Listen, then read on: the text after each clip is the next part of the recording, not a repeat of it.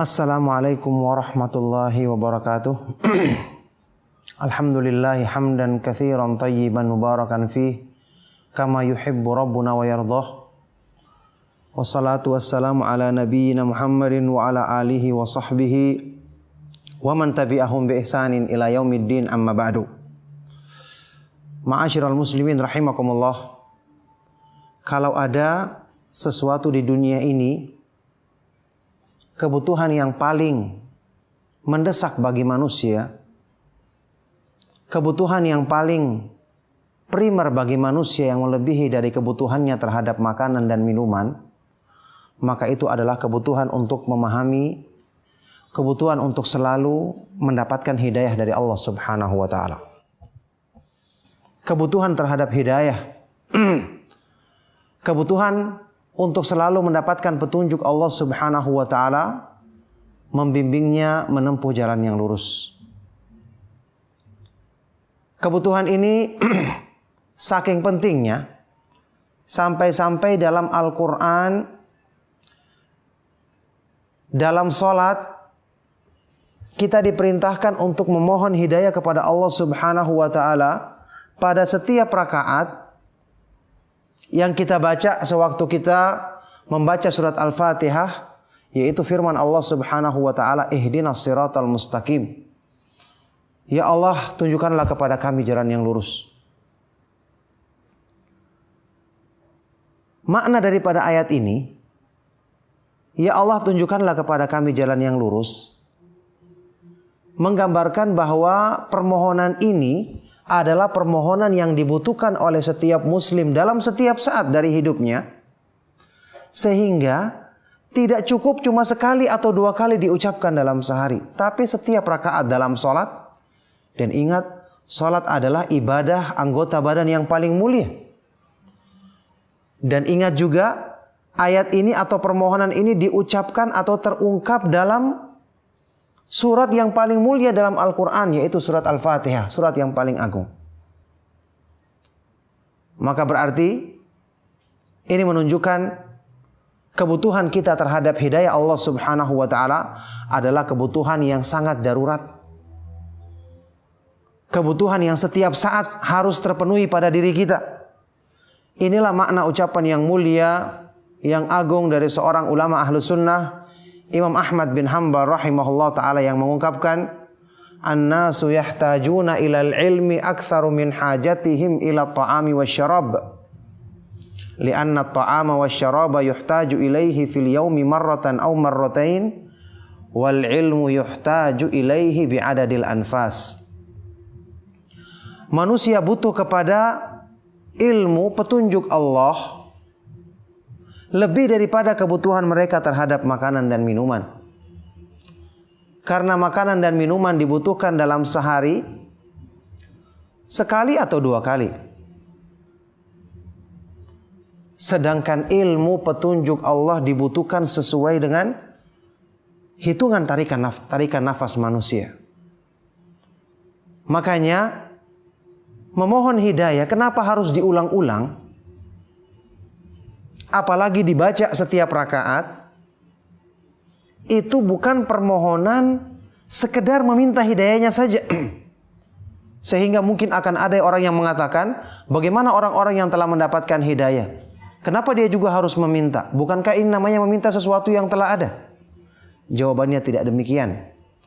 Diterangkan dalam tafsir Ibnu Katsir rahimahullah ta'ala, bahwa permintaan dalam doa ini di samping meminta hidayah, juga meminta al-mazid minal hidayah, tambahan hidayah, untuk disempurnakannya hidayah. Dan juga tidak kalah pentingnya adalah yang ketiga, yaitu thalabus tsabat alal hidayah, meminta keteguhan di atas hidayah. Karena Allah mengetahui kebutuhan yang besar ini, makanya Allah mensyariatkan manusia untuk selalu meminta. Tidak ada yang bisa melimpahkan hidayah kecuali Allah Subhanahu wa ta'ala. Hidayah taufik, hidayah yang sempurna adalah miliknya dan cuma ada di tangannya. May yahdillahu fahuwal muhtadi wa may yudlil falan tajida lahu waliyyan mursyida.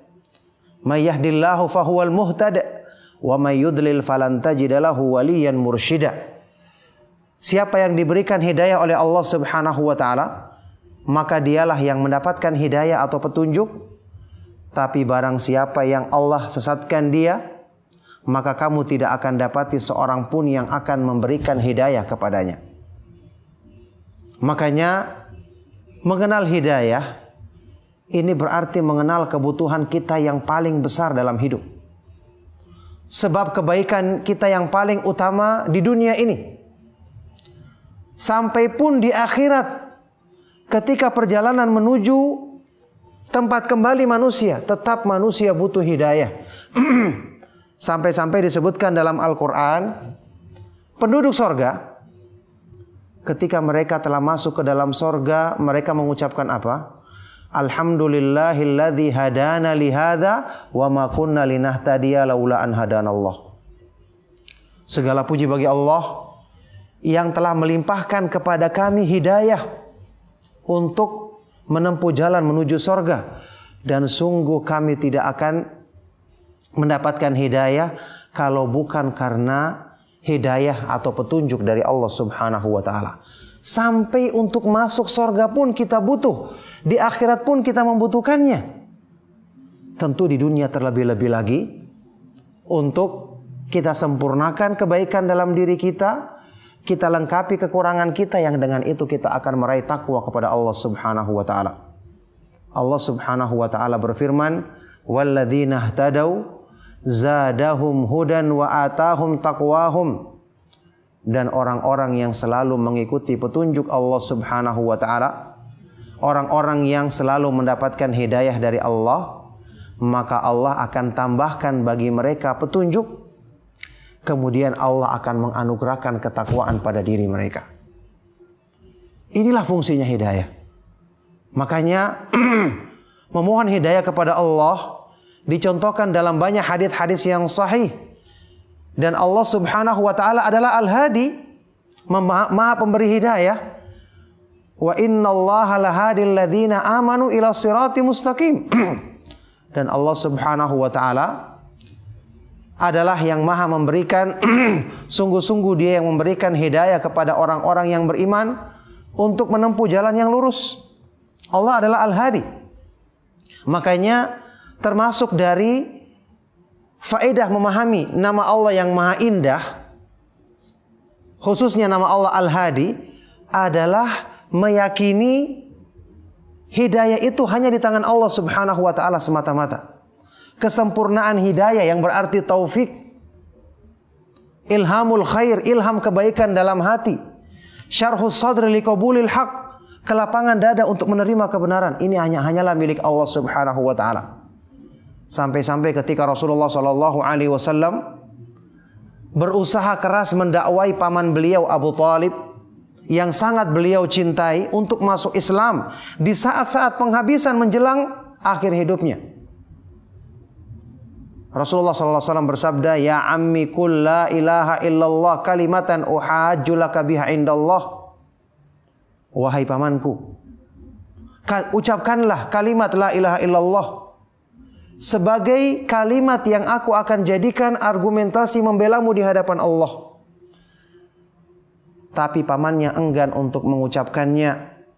Akhirnya dia pun tetap mempertahankan agama nenek moyang, yaitu agama syirik, sehingga dia mati di atas agama kesyirikan tersebut. Na'udzubillah min dzalik. Pada waktu itulah turun firman Allah Subhanahu wa ta'ala, innaka la tahdi man ahbabta walakinnallaha yahdi man yasha wa huwa a'lamu bil muhtadin. Sesungguhnya engkau ya Rasulullah tidak bisa memberikan hidayah kepada orang yang kamu cintai, tapi Allah dialah yang memberikan hidayah kepada orang yang dikehendakinya, dan Allah lebih mengetahui tentang siapa yang pantas mendapatkan hidayah darinya. Oleh karena itu hidayah penting untuk kita ketahui, penting untuk kita berikan perhatian, karena sesuai dengan kesungguhan kita mengusahakannya, maka sesuai dengan itu pula karunia yang Allah yang agung ini yang Allah Subhanahu wa ta'ala akan berikan kepada kita. Kalau hidayah ini tidak bisa diusahakan oleh hamba Allah yang terbaik, Rasulullah SAW, apalagi orang-orang yang selain beliau, orang-orang yang tentu saja kemampuannya dalam hal menyampaikan agama atau ketakwaannya tidak sempurna, tidak seperti keadaan hamba Allah Subhanahu wa taala yang paling mulia, yaitu nabi kita Nabi Muhammad sallallahu alaihi wasallam. Maka ini merupakan nasihat tentang hidayah yang semoga Allah Subhanahu wa taala senantiasa mudahkan bagi kita hidayah dan taufiknya sampai di akhir hayat kita, agar benar-benar kita selamat dari segala keburukan dan kita mudah untuk mendapatkan kemuliaan dari Allah Subhanahu wa taala. Demikianlah, semoga bermanfaat. Aqulu qouli hadza wa astaghfirullah li wa lakum wa lisairil mu'minin fastaghfiruhu innahu huwal ghafurur rahim. Wa sallallahu wa sallim wa barik ala nabiyyina Muhammad wa ala alihi wa sahbihi ajma'in. Wa akhiru da'wana anil hamdulillahi rabbil alamin. Wassalamu alaikum warahmatullahi wabarakatuh.